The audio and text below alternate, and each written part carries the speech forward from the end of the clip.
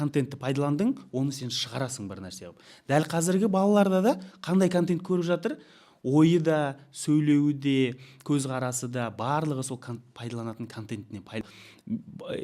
Жұмыс қиын, бәрімізде әртүрлі жағдайлар бар, біреуінде ипотека бар, біреуінде кредит бар, түсінеміз, бірақ ол балаға өте қатты кері реакция білдіреді. Сондықтан біз қосып қоямыз ғой, телевизорде қосып қоямыз, осы бала тыныш отырсыншы, осы бала не болсыншы, қалайды, мазаңды алмасыншы деп сөйтіп ойлаймыз, бәріміз ойлаймыз, бірақ біз оған қандай зиян келтіріп жатқанын түсінбейміз. Айтады да, университетке түспей бизнес ашуға бола ма дейді да. Мен айтамын, университетке түспей бизнес ашсаң, аша аласың, бірақ ол үлкен бір көлемге ұлғаюға алып келмейді. Өйткені университет деген тек қана білім беретін орта емес. Университет ол адамдармен қарым-қатынас орнататын орта. Ең бастысы сізді жоқ дегенде группаңызда 35 адам танитын болады. Жоқ дегенде. Ал тіпті сіз белсенді болсаңыз, онда 300 адам танитын болады. Университетте. Ол тірі лид, трафик. Ол деген клиент кәдімгідей.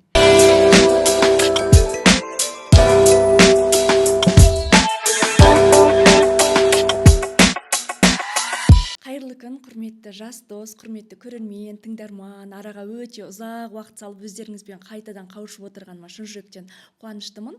Естеріңізге сала кетейік, Жұлдыз подкаст ол жасөспірімдерге және олардың ата-аналарына арналған. Біз бұл жерде осы саладағы жасөспірімдерге, олардың ата-аналарындағы көкейкесті проблемаларға жауап іздеп, барынша пайдалы ақпараттар беруге тырысамыз. Сонымен бүгін әлеуметтік желіде не көрем, қандай контент қызық, пайдалы контент жасасам болады деген сауалға жауап іздеп жүрген жандар болса, жақынырақ отырсын. Өйткені біз бүгін келіп отырған қонағымыз журналист, ютубтағы Айқа подкастының авторы, жүргізушісі, контент-мейкер Алмас Маратұлымен осы тақырыпты талқылаймыз. Алмас, уақыт бөлгеніңізге рахмет. Қуаныштымын. Алматыға келген кезде бірден ұстап алып, шақырып, қуаныштымын, көп рахмет. Енді онда бастасақ, жаңа айтып жатырмыз ғой, Айқа подкасты ол 2022 жылдан бастап шығып келе жатыр ғой, өте жақсы, мен үзбей көремін. Сол жердегі жасөспірімдердің 19-20 жастағы жастардың үлесі қандай, көре ме олар? Менің подкастымда көбіне қоғамдық саяси әңгімелер, тақырыптар қозғалады, бірақ мен байқаймын, бізде саяси контент не тым ауыр, қиын беріледі, жалпы жаңалықтарда, жалпы медиа алаңдарда, немесе мүлдем жоқ. Сондықтан мен подкасттың жалпы шапкасына да жазып қоям, ютубта түсініксіз дүниелерді түсінікті тілмен жеткіземіз деп. Яғни мен сол саяси болсын, немесе әлеуметтік салада жүрген ғалымдар болсын, саясаткерлер болсын, экономистер болсын, депутаттар болсын, оларға қарапайым оңай, жасқа да, орта жасы өкіліне де, үлкен жастағы адамдарға да түсінікті болатындай қылып сұрақтар қоюға тырысам. Жалпы саясаттану деген не деген сияқты қарапайым сұрақтар қоюға тырысам, және сол сұрақтарды оларға да мен келетін кезде міндетті түрде айтам, бізге ғылыми термин, менің подкастымда бір керемет, бір ақылды болады ғой, бір өзін бір ақылды болып көрсеткісі келетін бір спикерлер болады, ондай сөздер айтпаңыз. Маған мынау сұраққа қарапайым ғана жауап беріңіз. Сол арқылы біз барша аудиторияға тырысайық. Жалпы саяси әңгімелерді түсінгісі келеді адамдар. Бірақ сіздер оны созып, айналып айтатын болсаңыздар, ол ешкімге қызық емес болады. Бірақ қазір байқаймын, менде көбіне жасөспірімдерден, ол 18-20 деп жазасыз ғой, енді олар ересек жастағы адамдар ғой, жалпы. Бірақ көбіне менде журналистика саласында оқитын, немесе енді оқуын бітіріп жұмыс істеп жүрген, медиа саласын, саясатқа қызығатын өзінің бір шағын аудиториясы бар. Сол шағын аудитория өзі қарайды, бөліседі, маған кері байланыс жасап тұрады. Олар көп емес. Жалпы бұл қоғамдық саяси тақырыптың өзі бір шоу-бизнес сияқты бір бәрін қамтитын тақырып емес. Жалпы мен олармен жарыспаймын да, оларға бәсекелестікке ұмтылмаймын да, мен олардан жеңіліп қалатынын білем. Өйткені ондай аудитория өте аз. Жаңа айтып жатырсыз ғой, кері байланыс беріп жатады деп. Қандай тақырыптар қызықтырады екен сіздің шығарылымдарыңызда?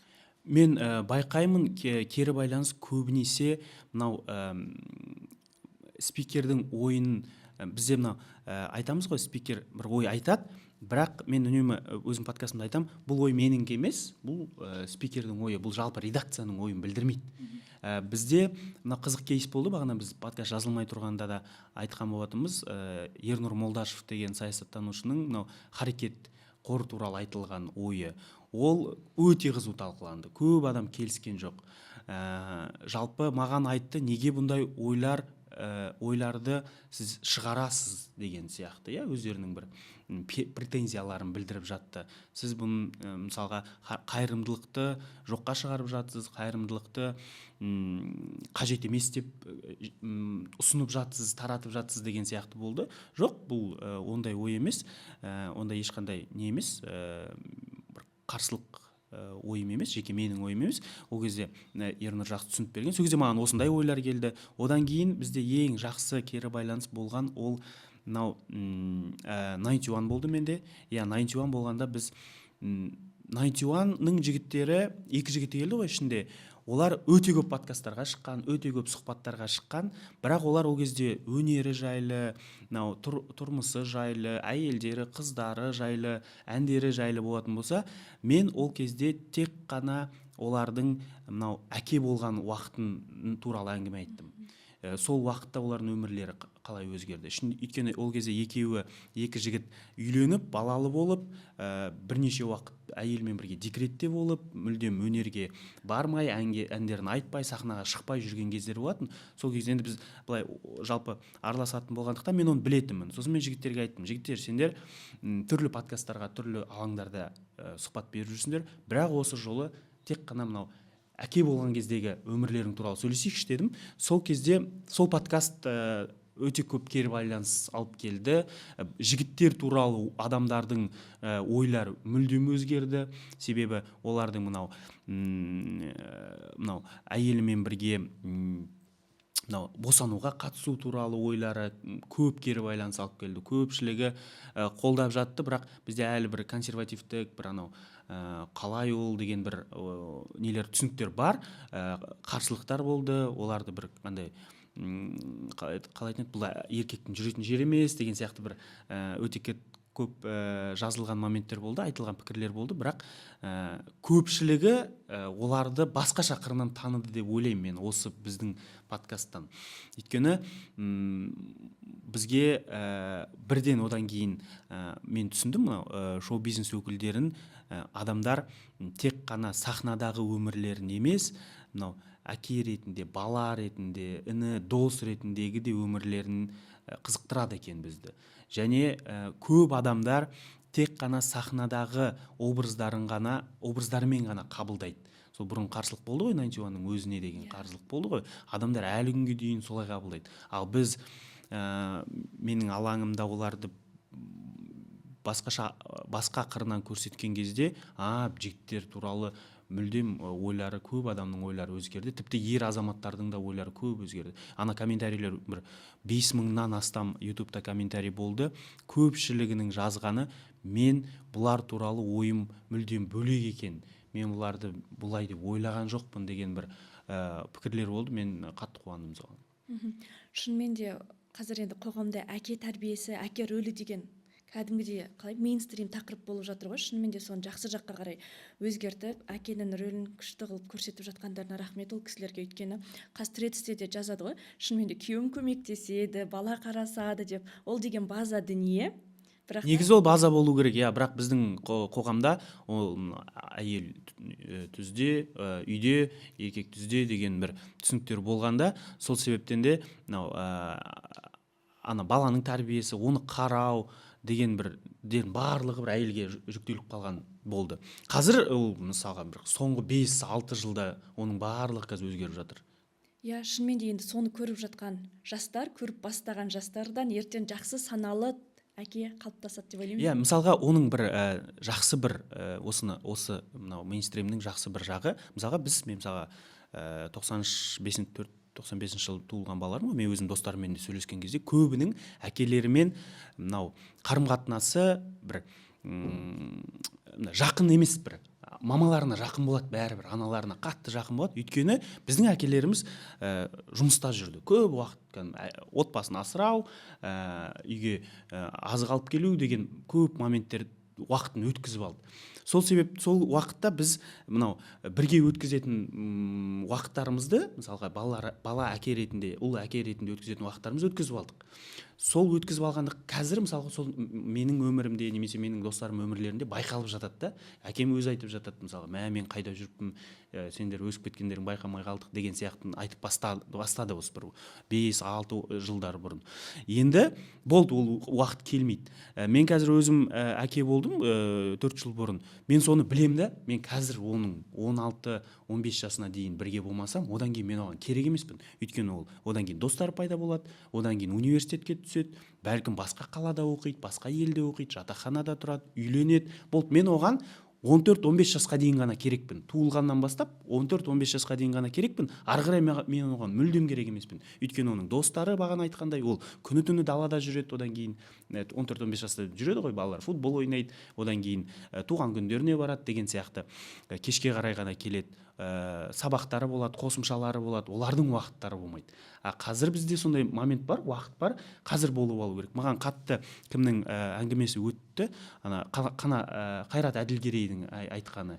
Мен айтады да, осылай мен 17-18 жасында ұлымды Америкаға шығарып салып тұрмын, әуежайда кетті дейді, мен оның жыладым дейді. Мен оның жылаған жоқпын, анау аш қалады, біреуден таяқ жейді деп жылаған жоқпын. Болды ғой, мен оған енді керек емеспін ғой, бірақ мен сол керек кезімде жұмыста жүріппін, театрда жүрдім, тойда жүрдім, ал енді оған мен мүлдем керек емеспін дейді. Сол қатты маған кәдімгідей батты. Шынымен ойладым, адам бала 14-15 жасқа дейін ғана керек. Әке мен бала бір-біріне, одан кейін ол өзінің өмірін өзі тауып кетеді. Енді жаңа айтып жатырсыз ғой, сол папам қасымда көп болмады деп. Шынымен де көбінің жанында мамалар болды, және теледидар болды, журналдар болды. Сіз сол кезде қандай контенттерді тұтынатын едіңіз, көрдіңіз? Қандай айырмашылық бар қазіргі контенттермен? Мен енді теледидарлардан, мен өзім футболға қатты қызықтым, кішкентай кезімнен бастап, 14-15 жасыма дейін қатты қызықтым. Бізде кімдер, жігіттер, түсіп жатқан жігіттер білетін шығар, Гол деген журнал болатын. Ол 55 теңге тұратын. Маған күніне 100 теңге ма береді тамақ ішуге. Ол аптасына жұма күні бір рет шығады, Гол деген журнал. Мен сол жұма күні сағат 11-12-де біз Универсам деген остановка болатын, Төле бидің бойында, мен 133 деген мектепте оқыдым. Апа бар, орыс апа, неде отырып, есіктің алдында отырып сатады. Мен сол Гол деген журналдың қай кезден бастап қызығып оқып бастадым. Сол 14-15 жасыма дейін бір санын қалдырмай сатып алып оқитын. Орыс тіліндегі журнал, футбол туралы. Себебін айтайын, ол журналды алудың. Себебі біздің үйде спутниковый телевидение болған жоқ та. Бізде мынау көрсететін Хабар, Еларна, Қазақстан деген каналдар ғана болды. Ал әлемдік футбол, ол анау ресейлік каналдарда болатын, спутниковый каналдарда болатын да. Бізде ол болмағандықтан мен жаңалықтардан қалып қалатын. Сол жаңалықтарды оқу үшін мен журналды алатын. Сол журналда барлық мынау ойынға мынау шықты, мынау минутта ауысты, мынау минутта гол соқты, барлығы жазылады. Одан кейін әлем чемпионаты кезінде әрбір құраманың бірге түсетін суреттері ұлттық құраманың основной составының құрамасының суреттері болады. Соның барлығын жинап сатып алып, біреуін қалмай оқып, оны блокнотым болып жазып, мынау клубтан мына ақшаға, мысалы, ол кезде қымбатты ауыспайды, олар 4-5-6 миллион, 10 миллионға сатылатын мынау клубқа ауысты, ертең мынау өзімше аналитика жасайтын. Сөйтіп қатты қызықтым. Ол журналдар одан кейін, ол журналдардың бағанағы ішкі беті мынандай үлкен не болатын, футболистердің суреттері болатын. И бөлменің барлығын сол бірінші бетін, ішкі журналдың ең бірінші глянцевый беті бар ғой, соны шығарып алатынмын да ортасынан. И барлығын бүйтіп қабырғаға жапсыратын. Менің ең бірінші ұзақ уақыт пайдаланған контентім ең бірінші осы Гол деген журнал болды. Одан кейін университетке түсіп бастаған кезде маған, мен сол спорт журналистикасында жүрем деген ой болды басында бірінші курста. Бірақ бірінші курстан кейін түрлі дәрістерді тыңдап, түрлі профессорлардың әңгімелерін, білімдерімен сусындағаннан кейін, Кәкен Қамзин сияқты ағайлардың білімін сусындаған, мен ақырын саяси журналистикаға қызық бастадым. Бірінші курстың бірінші семестрінде қалды бәрі. Спорт журналистикасы деген барлығы қалды. Одан кейін мен журналдарды да оқымайтын болып кеттім, жалпы футболды да қатты қызығатын азайып кетті. Саяси журналистикаға қызығып кеттім. Сосын бізде мынау саяси контенттер, мына кім айтады маған қазір, әйелім де айтады, кезінде достарым да айтатын, жатақханада жатқан кезде ноутбукты алып Айдос Сарым, сосын Қосанов сол кездегі, сосын Расул Жұмалы, сосын Дос Көшім деген саясаткерлер, саясаттанушылар бар ғой, солардың сұхбаттарын көретім. Ана сұхбаттар негізі монотонный, бір қарап отырған адамға бір ұйқыңды келтіретін сұхбаттарда, бірақ олар осы елдегі қоғамдық саяси нелер туралы, болып жатқан өзгерістер, оқиғалар туралы көп айтады, ұзақ айтады.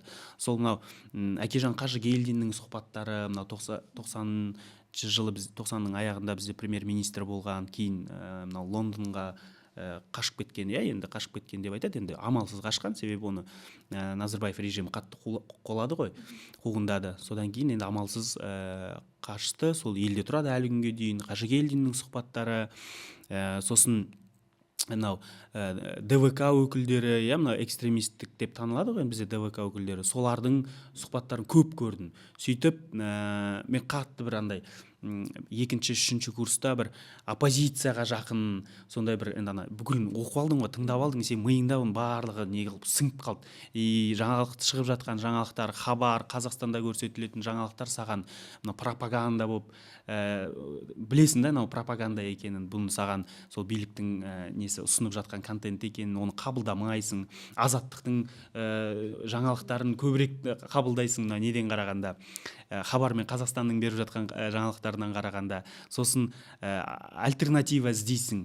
Мынау бір жаңалықты былай беріп жатады, азаттық былай беріп жатады. Сосын сайлаудағы мынау өзім не болдым, мынау бізде қазірде бар, қателеспесем, жастар деген не бар, ұйым бар, Ирина Мендикова сол кісіні басқарады. Бұл сол бақылаушыларды үйрететін, жас бақылаушыларды үйрететін ұйым бар. Сол бақылаушылар болуға кіріп, ішіне оқып, сосын ол оқу алғаннан кейін парламенттік сайлауда, президенттік сайлауларда бақылаушы болып, ол жерде еще өтірік бақылаушылар болады ғой, Нұр Отаннан келетін мұғалімдер, солар өтірік қарап отырады, мен оны соңына дейін оны не қылып, жазып, кім комиссия мүшесі болды, бітті десе, жоқ, мен сіздер нені пломбыны ілмегенше мен кетпеймін деп, ненің санайды ғой, протоколдарды санайды, протоколдың маған көшірмесін беріңіздер деп тұрып алып, түнгі 11-ге дейін сондай қызықтар болған. Ол бір менің университетке түсіп, түрлі саяси контенттерді пайдаланып, контент қой негізі, оның барлығын саған беретін ол контент. Өйткені сен өзің ойдан алмайсың. Кезінде мысалы бағанағы Гол журналынан бастап, одан кейін саяси журналистикаға ауысқанның барлығы университеттегі мұғалімдердің дәрістері, сол дәрістерінен кейінгі ізденіс кезінде контент пайдаланасың ғой, оқисың, көресің, мысалға тапсырмалар береді мұғалімдер, соны жазу үшін басқа саясаттанушылардың, саясаткерлердің нелерін оқисың, мақалаларын оқисың, сұхбаттарын көресің, сол контент миыңа қатты сіңіп қалады. Сөйтіп, әрбір кезеңнің мысалға бағана айтқандай 4-5 класстан 15-16 жасқа дейінгі уақыттың, одан кейін университетке түскеннен тағы бір 2-3 жыл мынау саяси журналистикамен, оның ішінде мынау оппозициялық журналистикаға қызыққан себептерімде сол контенттің несінен. Контентті пайдаландың, оны сен шығарасың бір нәрсе. Дәл қазіргі балаларда да қандай контент көріп жатыр, ойы да, сөйлеуі де, көзқарасы да, барлығы сол пайдаланатын контентіне байланысты болады. Мен бағанағы жалпы алыстан келіп айтып жатқаным да сол болды да. Менің кезінде пайдаланған контентімді мен футболға қызықтым, соны іздедім. Мен кейін университетке келіп саяси журналистикаға қызықтым ба, одан кейін сол контентті шығаруға, сол контент туралы ойым барлығы сондай болды. Барлығы бізде Қазақстанда жаман, барлығы құрып жатыр деген ой болды. Ол сол пайдаланған контенттің арқасында. Ал қазіргі балалар пайдаланып жатыр ма? Не пайдаланып жатыр? Олар да шығарады, соны шығарады. Қандай, мысалы, TikTok көріп 5-6 секундтық, 10 секундтық бір нәрселерді, пайдасыз нәрселерді көріп жатыр ма? Олардың өмірінде де сондай реакция береді. Іс-қимылы, әрекеті, сөйлеген сөзі соның барлығын шығарады. Ол бәрібір шығатын нәрсе. Өйткені сіз оны жұтып жатсыз. Сіздің сол қазіргі жастардың, жасөспірімдердің көріп жатқан контенті туралы ойыңыз қандай, көзқарасыңыз қандай? Енді контент өте көп, және оны ешкім бақылай алмайды, кімнің қандай контент көріп жатқан. Біз қазір балаларымызды, кішкентай балаларымызды бақылай аламыз. Одан кейінгі жаста ол кімнің қандай не көріп жатқанын мүлдем білмейміз. Бірақ мынау не дейді ғой, дисциплина дейді ғой, соны ол кішкентай баланың кезінен бастау керек. Бізде мысалға баламыз басқа балалар сияқты айпадты алып күні бойы отырғысы келеді. Және ол бізде мынандай жағдай болды. Менде жұбайымда қатты жұмыс көп болғандықтан 2 аптадай біз мүлдем баламен отырып ойнауға, уақыт өткізуге, неден кейін, балабақшадан кейін уақыт болмай кетті. 2 апта қатты қарбаласып, менде 2-3 жоба, әйелімнің жұмыстары, қалайда, бізде жеке кәсібіміз бар, сол жеке кәсіпте жаңа жыл, мейрам кездерінде жұмыс өте көбейіп кетеді. Сондай уақыт болды. Сосын біз амалсыз өзіміз шаршап келгеннен кейін, тамақ ішкен кезде, бұрын олай жасамайтынбыз, кішкене шаршап келген кезде айпад беріп қойдық. Ол 1 сағат, 2 сағат көріп жүрді, 1 апта бойы.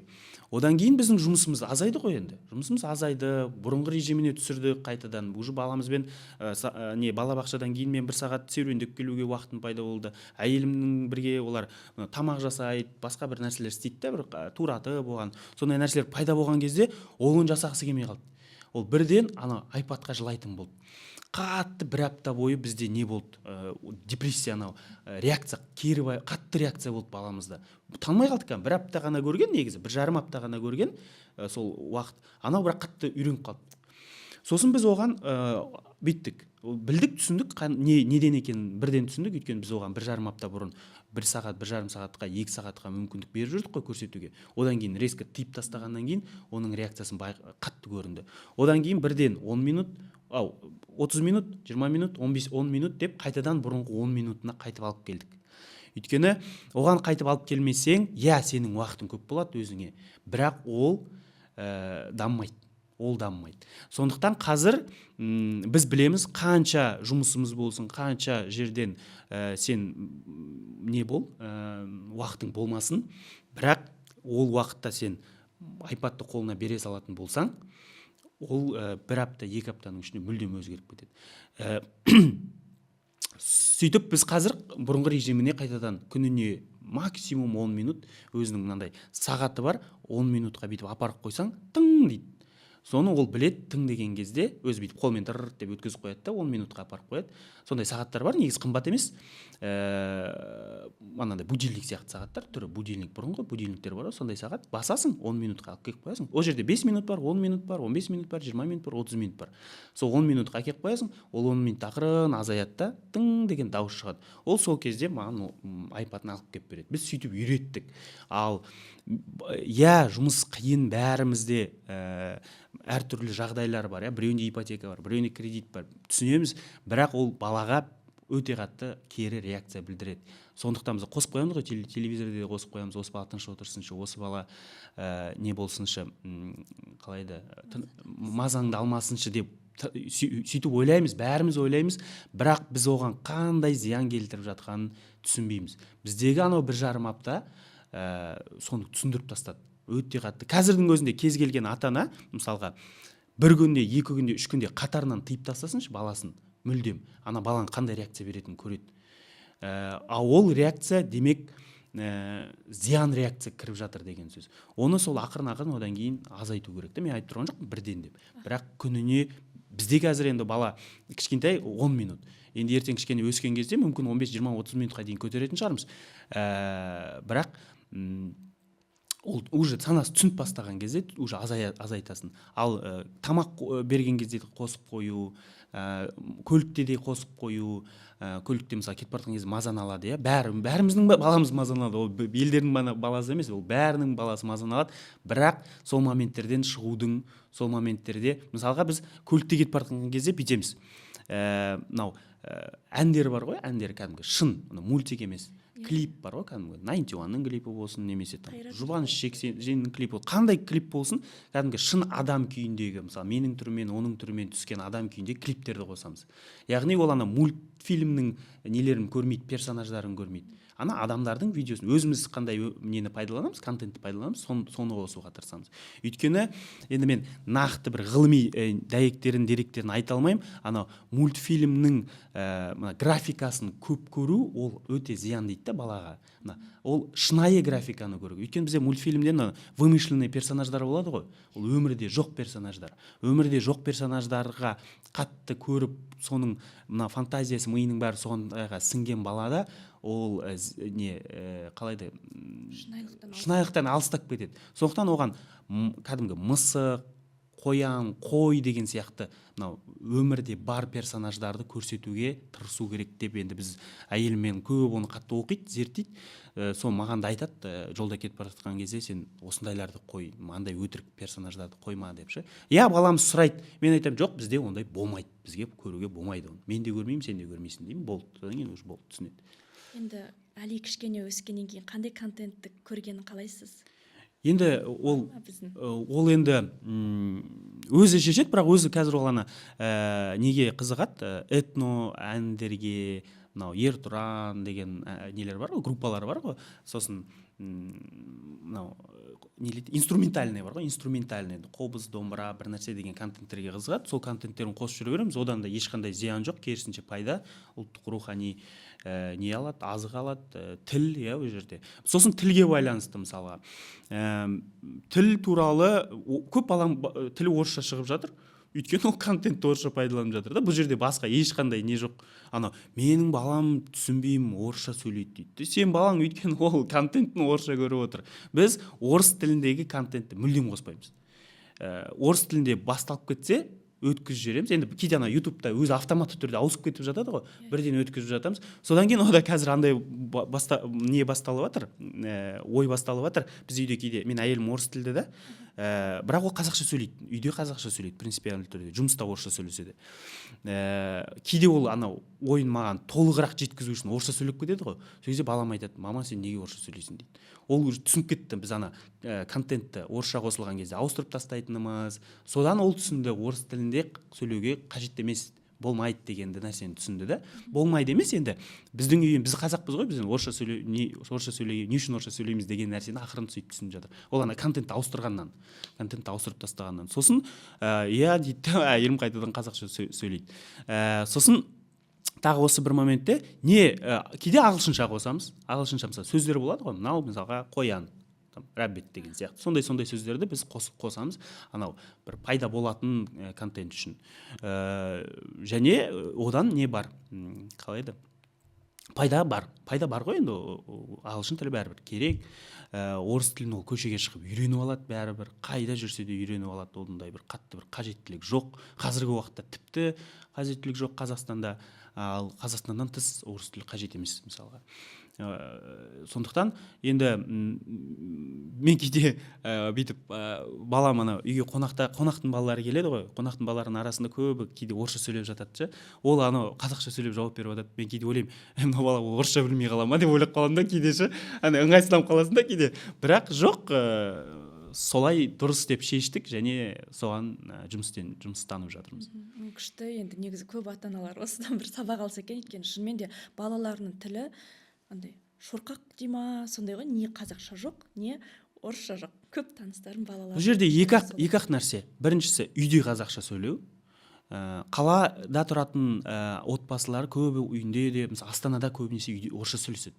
Байқаймыз да, енді олар анау квази мемлекеттік компанияларда істейді, мемлекеттік қызметкерлер көбіне орыс тілділер ғой.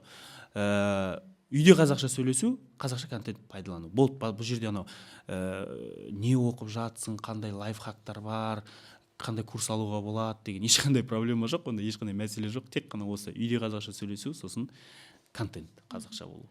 Мынандай сұрақ туындап отыр, жаңа сіз анимация деп айтып кеттіңіз ғой. Біздің қазақша мультфильмдер деген көзқарасыңыз қандай? Өйткені мен бір кезде бір кішкентай сіңіліме қосып бердім Алдар Көсе туралы, бай мен Алдар Көсе туралы. Мен көрмеймін, почему он такой страшный деп сөйлейді. Мен таңғалып қалдым. Маған өзіме ұнап тұрды. Иә, енді ол мәселе бар, оны билік те біледі, оны жауапты органдар да біледі. Анимация ол қымбат. Анимация ол ешқандай бизнес проект емес әлі күнге дейін. Иә, ол басқа әлемдерде бір бизнес проект шығар, бірақ қазақша контент үшін ол әлі бизнес проект емес. Өкінішке орай біз қазақ тілді анимация үшін әлі күнге дейін субсидия береміз, иә, өйткені оны біз өзіміз толтырмасақ, ол ешкімге қажет емес. Сондықтан оны министрлік те біледі, иә, оны бәрі біледі, оны жұмыстанып жатыр деп ойлаймын, өйткені біз креативті индустрия бойынша түрлі жиындарда мен болған кездерде олар айтады, иә, жасап жатырмыз, бірақ қымбат, амалсыз жасаймыз деген сияқты ше. Мысалға бір әңгіме айтқан болатын, Мақпал Жұмабай дегенді танисыз ғой, иә? Сол кісі айтқан болатын, ол Балапан каналының директоры болған кезде, мен енді сөзбе-сөз айта алмаймын, бірақ ойын айтайын. Мынау ол кісіге айтқан екен, Маша Медведьті сияқты мықты андай кәсіби сапалы дүние жасаңдар деп ше. Сөйтсе ол кісі айтады, біздің бір Маша Медведьтің бір сериясының бюджеті біздің бүкіл каналдың бюджетімен бірдей ғой деген сияқты. Сол сияқты мысалдар бар да, олардың сапасы, ол енді сапа үшін төлеу керек. Сапа үшін аямай төлеу керек, жақсы мамандар, жақсы техника, оның барлығы үлкен қаражатты талап етеді. Ал үлкен қаражат өкінішке орай бізде енді ондай көп емес, сондықтан бары осы. Бірақ қазір жеке инициатива арқылы жасап жүргендер де бар. Бірақ ол жерде мен байқаймын, әсіресе кітап оқимыз ғой, біз кешке ұйықтайтын кезде кітап оқып беремін балама. Кейбір кітаптарда мынау қалайды, прямой перевод, орысша переводтар болады. Байқайсың, тіпті мынау тақпақтарды переводтай салады да, аудара салады, оның өзінде ұйқас та жоқ, мағына да жоқ, сондай. Енді олар жеке кітаптар ғой, жеке баспадан шыққан кітаптар, оны мен ойламаймын, мемлекет сөйтіп қате-қате қылып шығарып жатыр деп. Артын қарайсың, иә, жеке баспалар, олар бизнес үшін, кәсіп үшін сөйтіп тез оқылатын, орысша жақсы өткендерін қазақша аударады да сөйтіп бере береді. Өкінішке орай сондай мәселе бар. Мен сондай бірнеше кітап бар, енді мен қазір ойыма келіп тұрған жоқ, бірақ сондай бірнеше кітаптар біз алып лақтырып тастағанбыз, қажет емес бұлар деп. Енді кейде бетіне жылтырлағаннан кейін аласың, әдемі деп, кейде балаң өз таңдап алады, мынаны алып берші деп, бірақ үйге келіп оқыған кезде іші енді өкінішке орай болып жатады. Мультфильмдерден. Енді біз мультфильм көрмейміз ғой. Мен айта алмаймын да мультфильм көрмегеннен кейін. Маған графикасы жағынан өзіме орыс тіліндегі не ұнайды, 3 кота ұнайды. Өте сапалы күшті жасалынған, бірақ ол орыс тілінде. Ал қазақ тілінде мультфильмдерді жоқ, біз мультфильм көрмейді екенбіз, шыны керек. Айтып тұрмын ғой, мен оған не қосамыз, кәдімгі живой нәрселер қосамыз, тірі дүниеде бар нәрселер қосамыз. Сосын андай мынау қой, мынау жылқы деген нәрселер сияқты емес, более такой сценариймен қосылған бір нәрселермен ше. Өйткені қой, жылқы деп қана түсіну ол да дұрыс емес деген бір, мен әйеліме ақыл көп айтады, мен не үшін деп те сұрамаймын, кейде жарайды деймін да, сол айтқанын қосып жүре беремін. Өйткені ізденісіме уақыт жоқ та, мен ол неге олай деп сұрап уақытымды кетіре алмаймын. Сондықтан жарайды, сен айтқан нәрсені қосып жүре берейін. Сенемін саған дейсің. Қазір бізде контент мейкерлер көбінесе әкеме 18 жасымда көлік әпердім, оларға Меккеге жолдама бердім, үй әпердім деген контенттер әлі күнге дейін прям тренд болып тұр ғой. Осы трендтің болашағы қандай деп ойлайсыз контент мейкер ретінде? Контент мейкер ретінде қазір мен сізге жауап беруге тырысайын, бірақ мен адам ретінде айтайын, ол жақсылыққа алып бармайды. Себебі ол адамдар, контент үшін ол нәрсесін істеп жатыр, бірақ ол адамдардың контентін көріп жатқан миллиондаған адамдар бар, жастар бар. Олар қазір қиын жағдайда болуы мүмкін. Біреу курьер болып жүруі мүмкін, біреуі официант болып жұмыс істеп жүруі мүмкін, біреуі тағы да басқа ауыр жұмыстарды істеп жүруі мүмкін. Сол адамдарға олар кері әсерін өте қатты береді. Мен 19 жаста ол нәрсені істей алмай жүрмін, менің қолымнан келмей жүр, ал 19 жаста ол нәрсені істеп жатыр. және папасына көлік алып беріп жатыр, әке шешесін Меккеге жіберіп жатыр деп. Ондай адамдар ол контенттер арқылы басқа өзге адамдарды асығыс шешімдер жасауға алып келеді. Яғни мен анау трейдинг, не дейтін еді, анау ставка қою, мен сөйтіп одан да ақша көтеріп алайын да бір рет сыйлап жіберейін әке шешеме деген сияқты бір асығыс шешімдерге алып келеді. Сөйтіп ол адамдар өзі және тағы бірнеше өзінің туыстары, ағайындары жақсы өмір сүруі мүмкін, бірақ жалпы қоғамға оның кері әсері, әсіресе жастарға өте, оларды асықтырады, оларды депрессияға түсіреді. Олар оның қолынан келді, менің қолымнан келмейді, мен демек бақытсыз адаммын, менің қолымнан келмейтін осындай адаммын деген түсініктер алып келеді. Жалпы әлеуметтік желі қазір сондай адамдарды көбейтіп жатыр. Сондай адамдардың санын көбейтіп жатыр. Өйткені мен ауыл аймаққа барам, енді халықтың ішінде жүресің ғой, сол кезде айтады, мен ана блогерді қарашы, ютубты, мына блогер. Қазіргі бір ауылға барып біреумен сөйлесе қалсаң, әңгімесі сол, ана блогер туралы, мына блогер туралы әңгіме айтып отырады. Демек олар оның уақытын ұрлап, назарын аударып, соны миына сіңдірді. Олар ана ауылдан келіп алады сол үшін. Тып-тыныш ауылында істеп жүрген жұмысын, малын, жерін қояды да, мен қалаға барсам, демек менің өмірім өзгереді. Ал қалаға барып қазір 500 мың теңгемен дұрыс өмір сүре алмайсың. Оның жартысынан көбі неге? Квартираға кетеді, азық-түлікке кетеді. Сөйтіп, мысалға мен қараймын қазір ауылдан көшіп келіп, қалаға келіп 500-600 мың теңгеге өмір сүру мүмкін емес. Өйткені ол бәрі жеп қояды, оның бәрін өзің не тұрасың, не ұйықтап тастайсың, не жеп қоясың ол ақшаны. Ол жинауға, көбеюге, өсуге мүлде жетпейді. Егер талантты болсаң, сен бір істің маманы болсаң, келуіңе болады. Ал жалпы анау айтып жатыр, мынау айтып жатыр, үлкен қалаларға барсаң өмірің өзгеріп кетеді деген ол иллюзия. Жақсы қалада тұр. Менің мысалға жақсы бір жақын достарым бар. Ақтауда тұрады, Қостанайда тұрады, және олар тіпті мынау оның шеткі аймақтарында тұрады. Өздерінің кәсіптері бар. Өздері ата-аналарымен бірге тұрады. Олардың жағдайлары өте жақсы. Олар үлкен қалаларға ұмтылмайды. Олар айтады да, мен одан да үлкен қалаға келіп, отбасымен бір демалып кетейін. Болды. Менің өмірім сол. Мен бірақ ана жақта өзімнің үйімде, өзімнің туыстарым арасында, өзімнің жақын, мысалға, әр қалада өзі өскен адам, ол ең маңыздысы адамдарда ол қабілетте не емес, ең маңыздысы ол айналасындағы таныстықтар. Жалпы сіздің табысыңызды арттыратын, сіздің қабілетіңізден бөлек ол таныстықтар. Ал сіз таныстықтардың барлығын үзіп бір жерге көшсеңіз, ол жерде 5 жыл істеп, оны үзіп, мына жерде дым шықпады деп тағы бір жерге көшсеңіз, сіз ана барлық контактный телефондарды бекер болады да. Мысалға, контактный телефоныңда сенің 5000 адам болатын болса, сол 5000 адамның жоқ дегенде 500 саған пайдалы болу керек. Пайдалы дегенде алыс беріс, сенің клиентің болатын. Мысалы, сіз подкаст студияңыз бар ма? Сол 500 адам сіз білу керек. Назираның подкаст студиясы бар деген сияқты. Сіз оны уақыт бойы, ұзақ уақыт бойы жинадыңыз, еңбек кетірдіңіз, уақыт кетірдіңіз, мысалға. Соның барлығы, жалпы, біреулер айтады да, университетке түспей бизнес ашуға бола ма дейді да. Мен айтамын, университетке түспей бизнес ашсаң, аша аласың. Бірақ ол үлкен бір көлемге ұлғаюға алып келмейді. Өйткені университет деген тек қана білім беретін орта емес. Университет ол адамдармен қарым-қатынас орнататын орта. Ең бастысы сізді жоқ дегенде группаңызда 35 адам танитын болады. Жоқ дегенде. Ал тіпті сіз белсенді болсаңыз, онда 300 адам танитын болады. Университетте. Ол тірі лид, трафик. Ол деген клиент кәдімгідей. Клиент ол кәдімгідей. Сондықтан көп жерде мен айтатын едім, басында бәрібір университетті ол бәрібір өтіп, таныстық құрып, қабілеттеріңізді көрсетіп, сол жерде бір бастап көру керек. Менің мысалға кәсібіміз, өзіңіз білетін шығарсыз, алғашқы кәсібіміз университеттен басталды.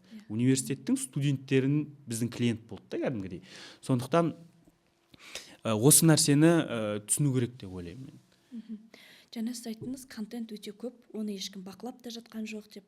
Бірақ та өмірлерін, үлкен өмірге енді қадам басып жатқан жастар қалай сол контентті дұрыс, сау қабылдау керек? Енді оны бағанағы айттым ғой, ешкім бақылай алмайды. Мен ауылдағы інімнің, мысалға, мен қазір уақытта не көріп отырғанын білмеймін. Мен оған шай басында айтуым мүмкін. мынаны көріңдер деп. Бірақ ол адамның өзіне керек емес болса, сіз қанша жерден айтыңыз, қанша жерден түсіндіріңіз, өзіңіз күнде айтыңыз. Мен өзімнің бір бауырлар деген біздің тобымыз бар, өзімнің ағайын туыс бауырларымыздың өзі бір 10 шақты жігіт.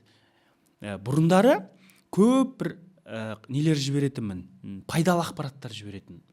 Бір өзім енді бір 24-25 жасқа келген кезімде өзі ақ қарамды оң солым танып, бірінші көлігімді, бірінші үйімді алып бастаған кездерде сөйтетінмін. Ананы жейтіңдер, мынаны бүйтіңдер, кем дегенде отбасынан счет ашып қойыңдар деген сияқты ше, мысалы. Сөйтіп жіберетін өзім оңға да жетпейтін бауырымыз бар ғой, бөлелерім бар ішінде. Қарай уақыт өтіп жатыр да, 4-5 жыл уақыт өтіп жатыр, ешкімде ешқандай өзгеріс жоқ. Мен ананы жібердім, сол күйі қалған да. Енді мен қазір ешкімге ақыл айтпайтын болдым. Ешкімге бір ақыл айтпайтын болдым, өйткені ол адамға өзіне қажетті болып сұрап келмесе, ол ақыл ешқандай пайдасыз. Сіздің жаны ашуыңыз ол сіздің проблемаңыз. Оның проблемасы емес, сіз оған сіздің мысалы бір бауырыңызға, ініңізге сіз жаныңызды ашып тұрса, ол сіздің проблемаңыз, оның емес. Оған бәрібір шығар мүмкін. Оған өзінің өмірі қалыпты жағдай болуы мүмкін. Оған өсейін, өнейін, көбейейін, дамайын деген ой әлі келмеген адам болуы мүмкін. Оған 30-да келуі мүмкін, ол немесе бір 28-де келуі мүмкін. Бірақ сіз ойлап отырған нәрсені ол мүлдем ойламауы мүмкін екенін түсіндім. Сондықтан қазіргі уақытта контент пайдалануда да солай. Адам өзі қандай контент пайдаланғысы келеді. Өйткені барлық контент ашық қой қазір. Пайдалы да, пайдасыз да, күлкілі де, күлкісіз де контент ашық. Адам өзіне қажеттісін өзі таңдап алады да. Сосын ол алгоритм оған оны дайындап береді, өзіне керек алгоритмді. 1 рет, 2 рет көрдің, 3 рет көрдің ба? Ол пайдалы алгоритм өзі әкеп береді оған. Ол іздемесе де болады ол ақпаратты. Жақсы, енді соңғы сұрағымды қояйын десем ойланып отырмын да, өйткені осы біздің аудиторияға, көрермендерімізге бір ағалық кеңесіңізді айтып кетіңізші дейін десем, жаңа сіз айттыңыз, уже керек адам өзі тауып алады деп. Сонда да жақсы бір нотада қорытындыласақ. Кеңес дегенде кеңес айту ұнамайды маған ше. Кеңес ең ұнамайтын нәрсе кеңес айту. Өйткені мынандай бір әңгіме бар. Мысалға ең баяу жүретін, ең ақырын жүретін не деп сұрайды да біреуден. Өмірде, жалпы өмірде ең баяу, ұзақ жететін. Сіз қалай ойлайсыз мысалы? Білмеймін. Жалпы өзіңізге бірінші келген ойыңызға. Ең ақырын жететін өмірде. Білмеймін, әрекетсіз адамның ісі шығар. Иә, мен өстіп бір студенттердің алдында осы сұрақты қойдым, біреу таспақа дейді да, мысалға, енді ақырын жүретін. Жалпы ең баяу жететін, ең ұзақ уақыт бойы жететін ол адамның берген ақылы дейді да. Өйткені ол ақыл айтылады ғой. Бірақ ол ақыл 10 жылдан кейін жетеді екен да ана адамға. Маған кезінде 10 жыл бұрын айтып еді ғой деп. Біз айтамыз ғой кезінде әкелерімізге, 5.000 теңгеге жер шығыпты, ал деп айтып еді, соны амап едім, қазір өкініп отырмын деген. Сондықтан ең ұзақ жететін сол адамға беретін ақыл, кеңес. Сондықтан осы жастағы біздің замандастарымызға жасанды интеллекттен қалып қалмау керек деп айтамын. Өйткені осы жасанды интеллекттен қалып қалған адам мына жасанды интеллектіні меңгерген адамдармен арақатынасы мүлдем алшақ болып кетеді ертең 10 жылдан кейін. Олар қатты квантовый скачок деген сөз бар ғой, коучтар қолданатын. Сондай қатты дамып кетеді. Жасанды интеллектіні өзіне көмекші қылып алатын адамдар. Ал оны меңгеріп үлгермей қалған адамдар өте қатты қалып қалады. Бұрын компьютер шықты ғой, мысалға, компьютерді біреу Word деңгейінде қалып қалды. Word'та текст қана жаза алады, басқа еш нәрсе жаза алмайды. Біреулер кәдімгі программа жасай алатын деңгейге кетіп қалды. Дәл сондай деңгей қазір адамның өмірінде компьютер пайда болған сияқты жасанды интеллект пайда болды. Содан қалып қалмау керек деп айтамын, ал қалған дүниелер адам өзі шешеді деп ойлаймын. Иә, тәжірибемен келеді. Көп рахмет, Алмас мырза, уақыт бөлгеніңізге, Астанадан келіп сізді осылай ұстап алғаныма шын жүректен қуанып отырмын, өйткені 1,5 жыл болды менің подкастты осылай түсірмей кеткеніме, сондықтан да соның бір себепшісі болып, ары қарай жаңа маусымның басталуына сіздің осы себепкер болғаныңызға көп рахмет. Құрметті көрермен, құрметті жас дос, біздің бүгінгі шығарылым осыменен аяқталды. Ұнаса міндетті түрде лүпіл басыңыздар, осы тақырып туралы пікір жазыңыздар, және осы тақырып қажет ау деген досыңызға, жақыныңызға, тамыр танысыңызға осы эпизодты жіберіп қойыңыздар. Келесі шығарылымда сіздерді күтеміз. Сау болыңыздар. Жақсы, рахмет сізге.